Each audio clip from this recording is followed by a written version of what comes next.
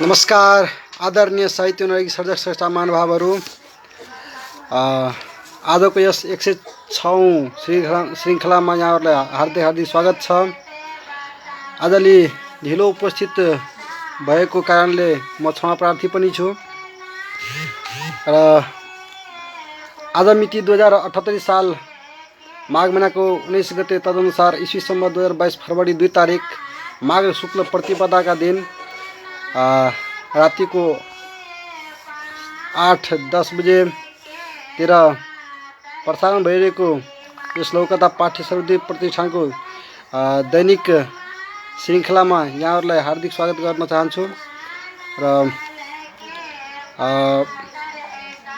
यहाँहरूलाई हामीसँग जोडी आफ्ना अमूल्य प्रतिक्रियाहरू दिन पनि सादर अनुरोध गर्दछु र यहाँ हामीसँग बालकृष्ण काफ्लेज्यू हामीलाई यहाँ हेरिराख्नु भएको छ। उहाँले आफ्नो उपस्थिति जनाउनु भएको छ। त्यसैगरी यहाँ बालकृष्ण काफ्लेज्यूले नमस्कार सर भन्दै हुनुहुन्छ। नमस्कार सर। र आजको यो 106औं श्रृङ्खला जुन कि आजको वाचक म श्यामप्रीत मण्डल नरघो राजगढ गाउँपालिकाबाट तपाईहरु सामु उपस्थित भइसकेको छु र नित्यझै आज पनि मैले 5 वटा लौकथाहरू लिएर उपस्थित भएको छु र जुन लौकथाहरूको शीर्षक रहेको छ। पहिलो लौकथा खेमलाल पहाडीजीको ओ नेगेटिभ शीर्षक लौकथा रहेको छ। दोस्रो लौकथा म स्वयं श्यामप्रीत मण्डलको बेसी बुध बियाद शीर्षकको मैथिली लौकथा। त्यसैगरी रामप्रसाद गौतमजीको मैले मुद्दा जितेकै हो शीर्षकको तेस्रो लौकथा रहेको छ भने मनोहर पोखरेलजीको नोकर शीर्षक लौकथा र पाँचौं र अन्तिम लौकथा रमेश सुवेदीजीको बुहारी शीर्षक लौकथा रहेको छ। र यस प्रतिष्ठानका व्यवस्थापकहरूमा लक्ष्मी रिजालज्यू, नन्दलाल आचार्य सर र मनोहर पोखरेलज्यू रहनु भएको छ र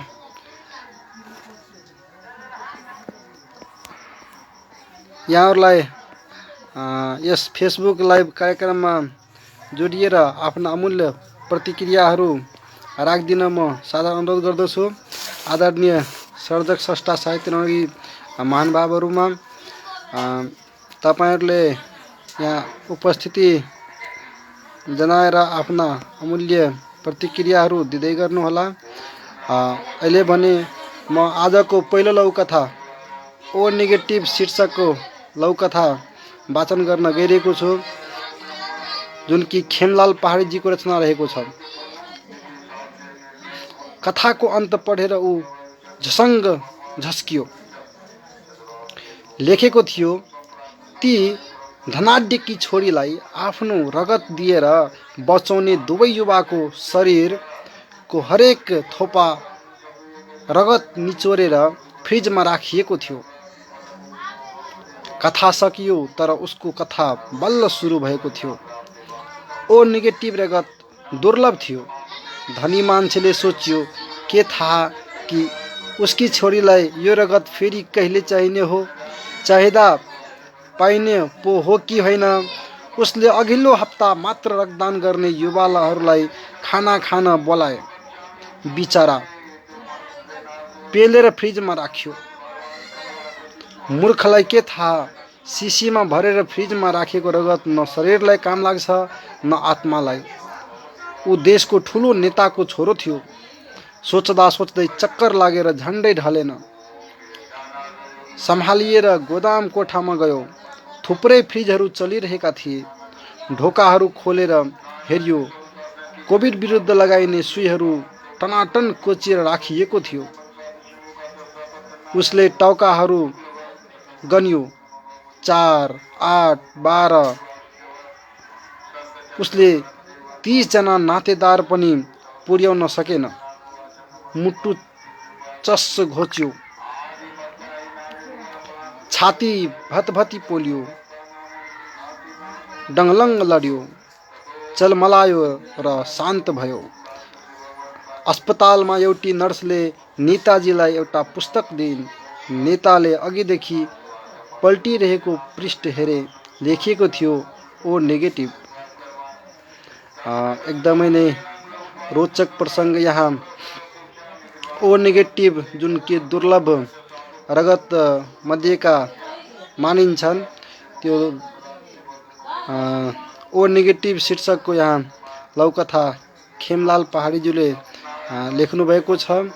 उहाँले यस लौकथा मार्फत हाम्रो देशमा जुन एउटा व्यतिथि छ, ठुला बडाहरूले देशमा आएका सुविधाहरू पछि पाउला कि नपाउला भन्ने सोचमा त्यसलाई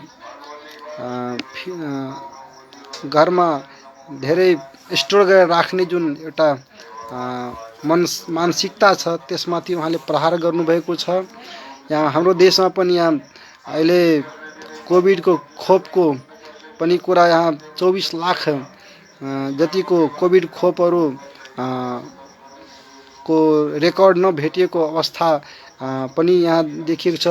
मलाई लाग्छ यो लौकथा पक्कै पनि त्यसलाई पनि इङ्गित गरिरहेको छ कि कोभिडको खोप पछि पाउला नपाउला सोचेर सायद भिन्न व्यक्तिहरूले, नेताहरूले, पहुँच भएका व्यक्तिहरूले लुकाएर राखेका छन् कि भन्ने जस्ता कुरालाई पनि यहाँ यस लौकथा मार्फत उहाँले प्रसङ्ग उठाउनु भएको छ। यस कथामा उहाँले दर्शाउनु भएको छ र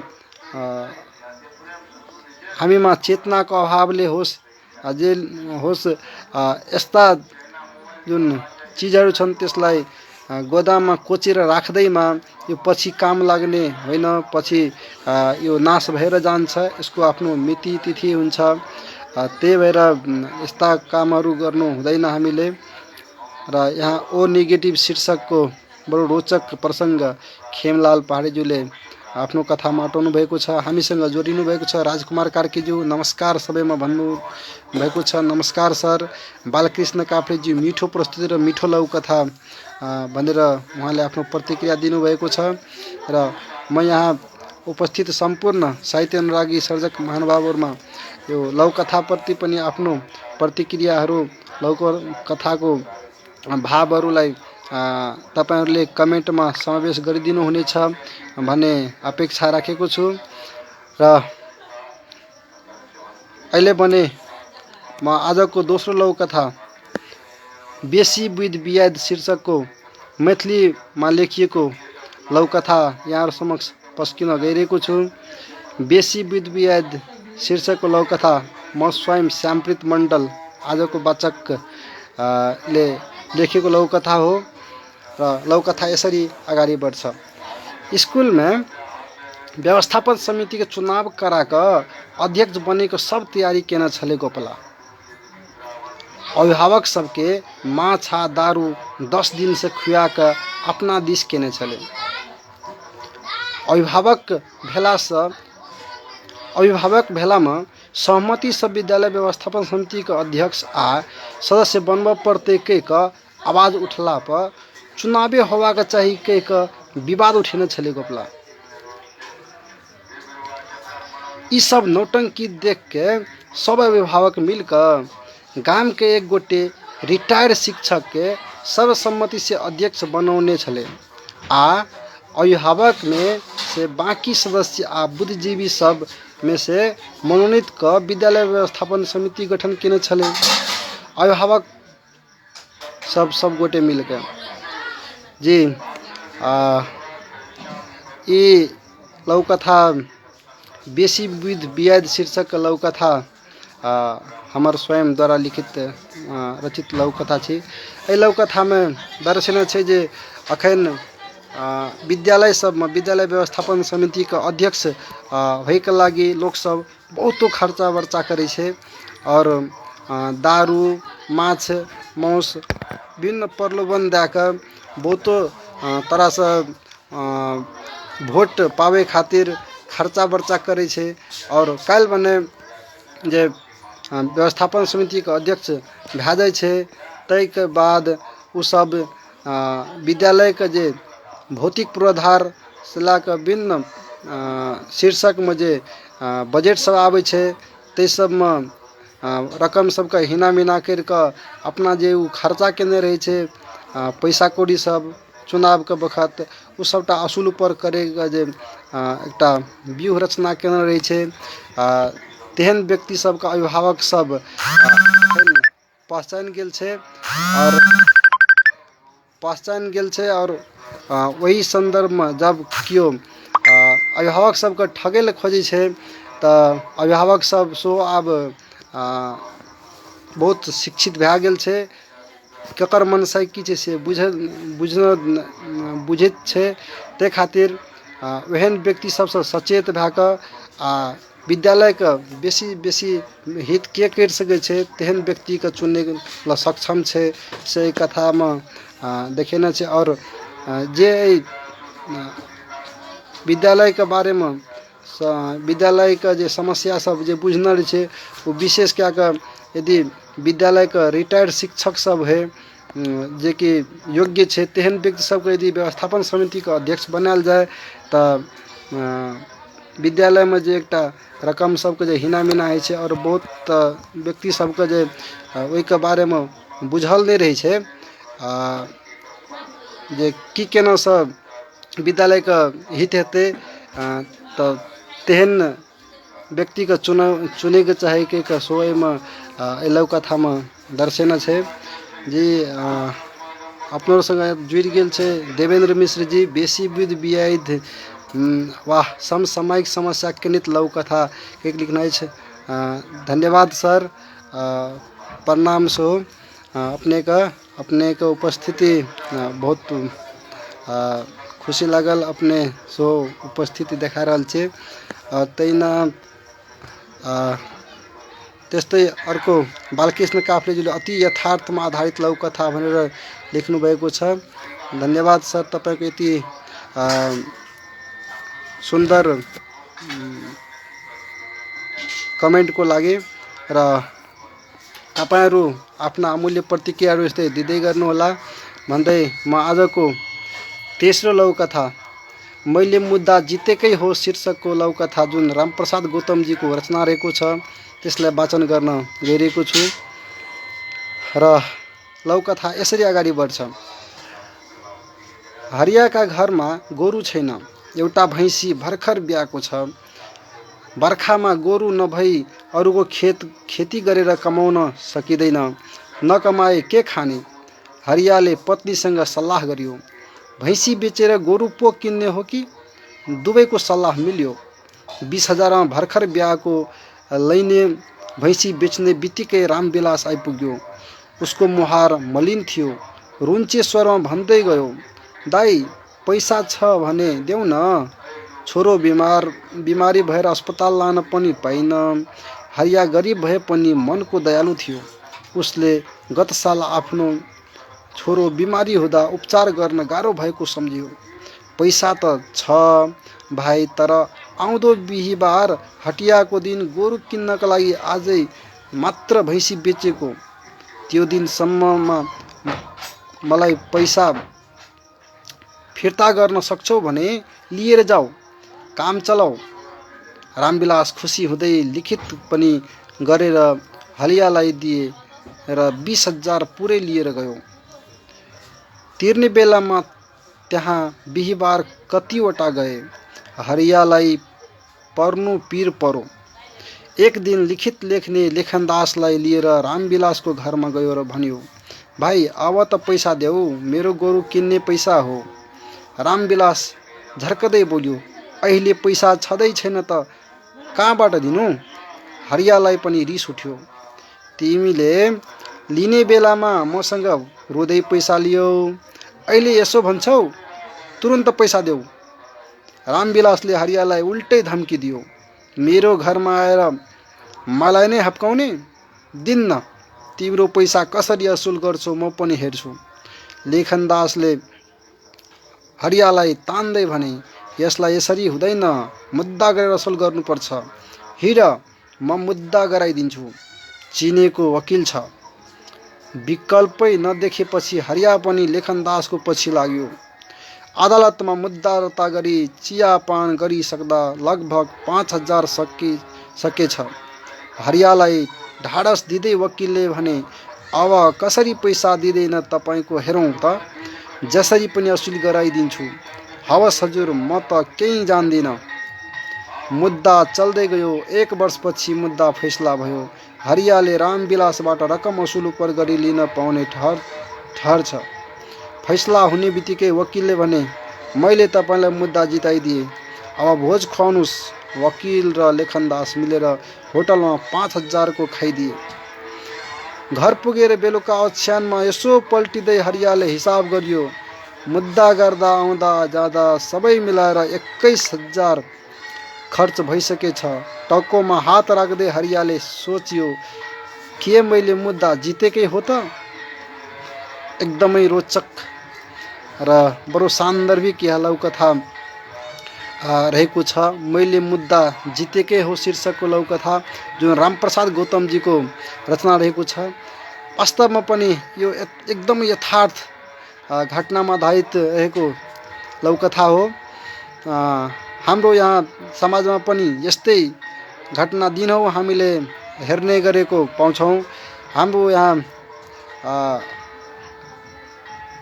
हाम्रो समाज अलिक अशिक्षित र असजग भएको हुँदा यस्ता व्यक्तिहरूले हामीलाई तिमीलाई मुद्दा जिताइदिन्छु भन्ने भिन्न बहाना सुनाएर लोभ दिएर हामीलाई मुद्दा गर्न लाउँछन् र हाम्रो न्यायालयमा बारम्बार जाँदै आउँदै गर्दा हजारौँ हजार खर्च हुन्छ र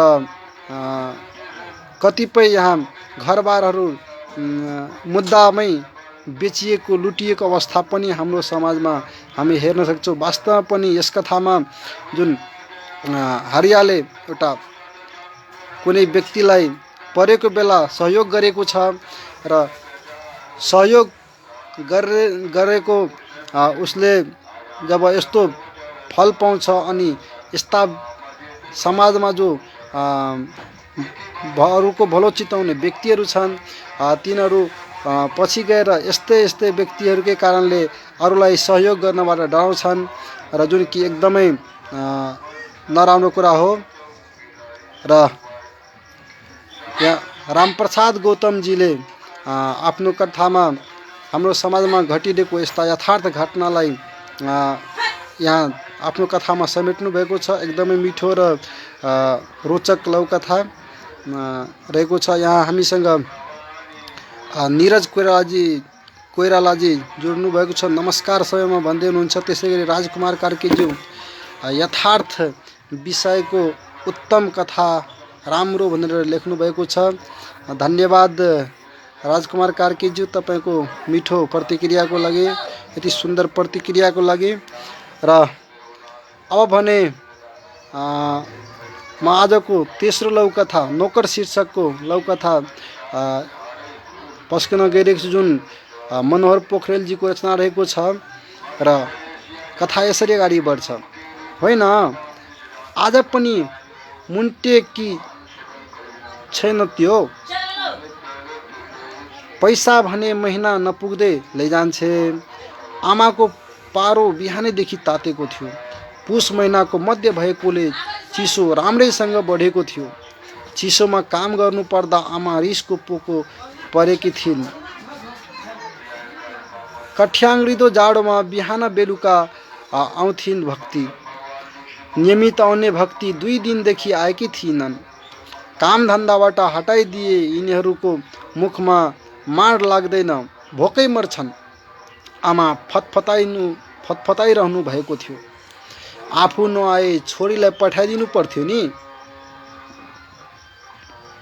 यसपटक पैसा कमाउँछु अनि तह लाग्छ। यसपटक पैसा काट्छु अनि तह लाग्छ। आफ्नो चुलो बाल्नकै लागि भक्ति घरेलु नोकर रहेकी थिइन्। अभाव र गरिबीले जुठो भाँडो माझ्थिन्। उब्रेको खानेकुरासँगै हरेक दिन दुर्वचन ढुक्क निल्थिन्। 2 दिन नआउँदा घरमा जुठो भाँडोको रास लागेको थियो। कपडा थुप्रिएको थियो, कोठाहरू असरल थिए। त्यसैले आमाको क्रोध बढेको थियो। आफू र मलाई चिसो लाग्ला भनेर आमा सचेत हुनुहुन्थ्यो। भक्तिप्रति भने अनुत्तरदायी बन्ने गर्नुहुन्थ्यो। चिसो त भक्तिलाई पनि लाग्थ्यो, तर आमाले कामको सम्मान गरेको सुनेकी थिइन्। घरको सामान्य काम आफैले गर्न सक्दैन र घरको सामान्य काम आफैले गर्न सकिँदैन र आमा, भाडा माइन बस्दै मैले भनेकी थिएँ। उसलाई हाम्रो र हामीलाई उसको आवश्यकता छ। त्यसैले नोकर त हामी पनि भयौँ नि। अब भने आमा शान्त भएर सुनिरहनु भएको थियो। उसलाई नोकर नभनौ आमा, हामी नै बरु अनावश्यक इच्छाको नोकर बनेका छौँ। अल्छी बानीले हामीलाई आफ्नै शोकको नोकर बनाएको छ आमा। माइदै गरेको भाँडाकुँडा पखाल्दै आमाले समर्थन जनाउँदै भनेकी थिइन्, हो छोरी, ऊ परिस्थितिले नोकर, हामी आफ्नै सोख र सोचले नोकर। उहाँ राईराज 670 नेपाल 2028 साल माघ 15 गते रचना गर्नुभएको लघुकथा। बडो मार्मिक लघुकथा। यहाँ कथाकारज्यूले यो नोकर शीर्षकको लघुकथा मार्फत हामीलाई पस्किनु भएको छ। वास्तवमा पनि नोकर पनि मान्छे नै हो। उसलाई पनि चिसोले समात्छ, उसले पनि चिसोले दुःख दिन्छ। जस्तै हामी घरमा काम गर्दा हामीलाई चिसो लाग्छ, हाम्रो घरमा काम गर्ने नोकरलाई पनि चिसो लाग्छ। र यहाँ यस कथामा यो छोरी पात्रले बडो मार्मिक, बडो राम्रो ढङ्गले आफ्नो आमालाई यस बारे सचेत गर्नुभएको छ। र ऊ पनि मानव हो, उसलाई पनि चिसो लाग्छ र हामी उसकै भरमा परेर बाँचिरहेका छौँ। हामी पनि त घरको सानो तिनो काम गर्न सक्छौँ, हामी पनि त भाँडा कोजा मस्काउन सक्छौँ।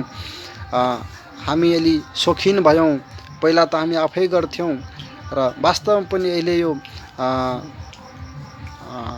हामीले हाम्रो सहर बजारतिर अलि प्राय भेट्छौँ। घरमा अलि सम्पन्नता आएपछि मान्छेहरूले घरका सानातिना काम पनि नोकरबाट गराउने एउटा ट्रेन्ड नै बन्दै गइरहेको छ। र सानातिना काम पनि आफैले नगरेर व्यक्ति आफै पनि शोकको नोकर बन्न पुगेको छ। र एकदमै रोचक र मिठो लघुकथा यहाँ हामीले यहाँहरूले श्रवण गर्न पाउनुभयो र मैले वाचन गर्न पाएँ। मनोहर पोखरेलज्यूले रचना गरेको सुन्दर लघुकथा नोकर शीर्षकको लघुकथा। यहाँ हामीसँग रामप्रसाद गौतमजी नमस्ते सबैमा भनेर भन्नुहुँदै जोडिनु भएको छ। नमस्कार सर। र यहाँ वाचन भइरहेको लघुकथाहरू बारे आफ्ना प्रतिक्रियाहरू राखिदिन यहाँहरूलाई मैले अनुरोध गरेँ।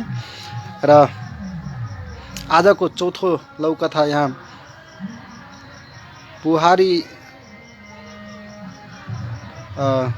पाँचौँ लघुकथा बुहारी शीर्षकको लघुकथा यहाँ रहेको छ, जुन कि रमेश सुवेदीजीको रचना रहेको छ। बुहारी शीर्षकको लघुकथा र उहाँ ललितपुर 13 कुसुन्तीबाट हुनुहुन्छ। र कथा यसरी अगाडि बढ्छ। मन्दोदरीले 2 वर्षको टुहुरो छोरो आफूले खाइ नखाई धेरै दुःख गरेर लालन पालन शिक्षा दीक्षा दिएर हुर्काई। उमेर पुगेको सक्षम केटो देखेर बिहेको लागि छोरी दिनेहरूको तछाड मछाड नभएको होइन। सरकारी अफिसरको जागिर गरेको छोरोको बिहे उसैले रोजेको केटीसँग भयो। छरछिमेकी इष्टमित्र चिने जानेकाहरू मन्दोदरीलाई भन्दै थिए, अचेलका केटी त्यो पनि प्रेम गरेर अन्तर्जातीय भित्र्याई सुख पाउँदिनस्। एक दिनको कुरो हो, मध्यराती छोरो बुहारीको कोठाबाट आएको आवाजले मन्दोदरीको निद्रा खुल्यो।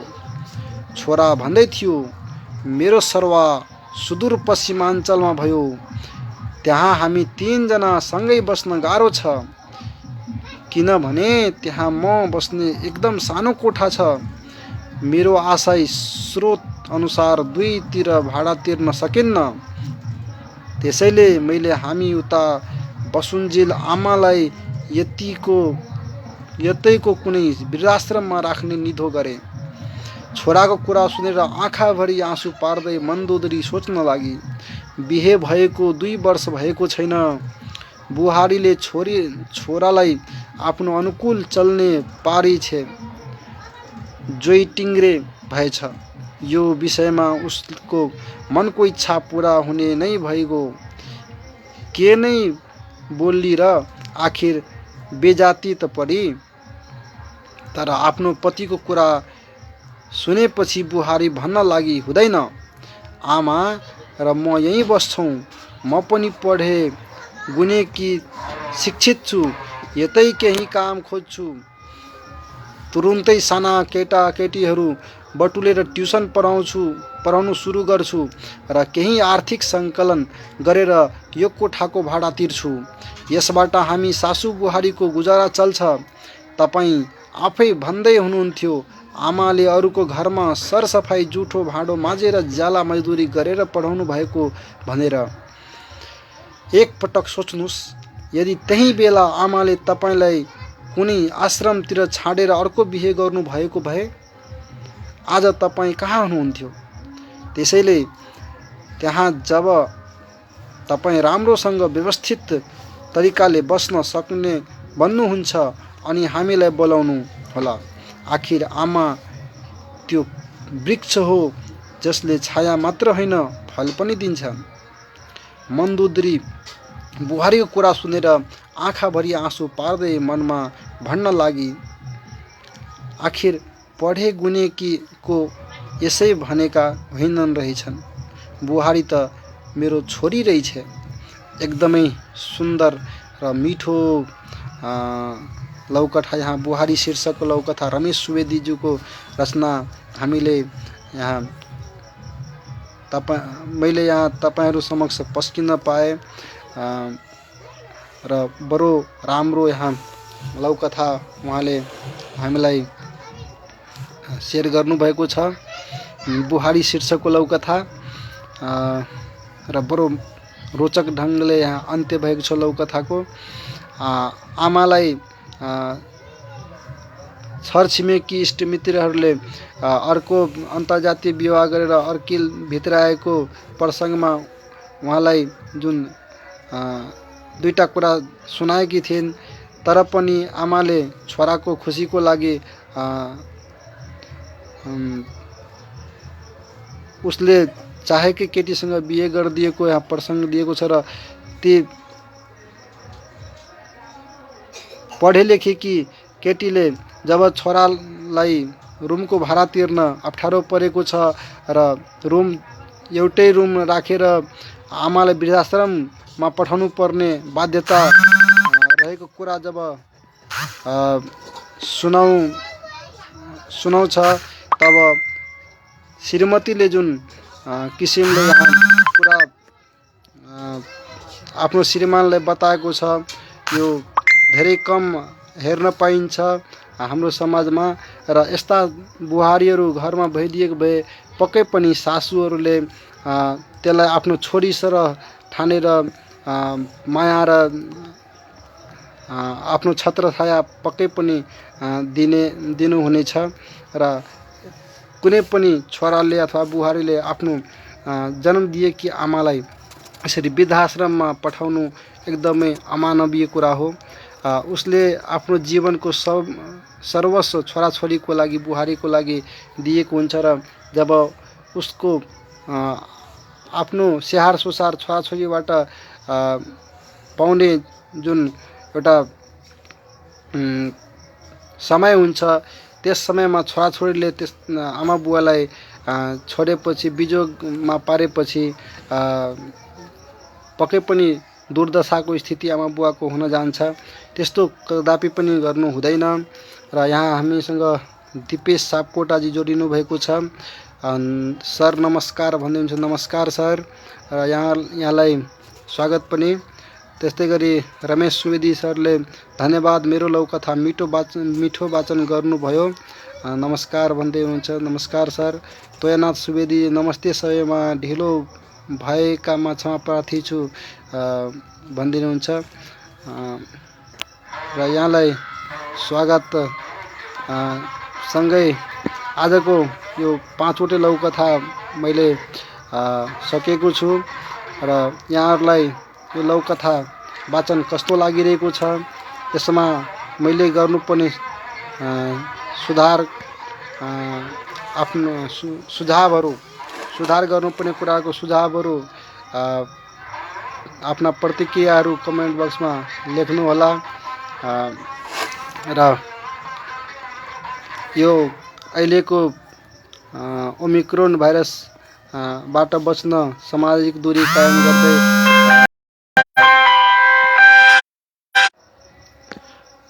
अहिलेको यो ओमिक्रोन भाइरसले जुन एउटा विषम परिस्थिति सिर्जना गरेको छ, त्यसबाट तपाईहरू सचेत भएर बस्नु होला। सामाजिक दूरी कायम गरी बाहिर निस्किँदा मास्कको प्रयोग गर्नु होला र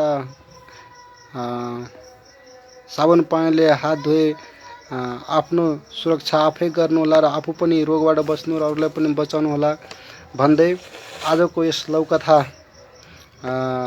वाचन कार्यक्रमबाट म श्यामप्रीत मण्डल ओझेल हुन चाहे। नमस्कार, शुभरात्रि, जय नेपाल।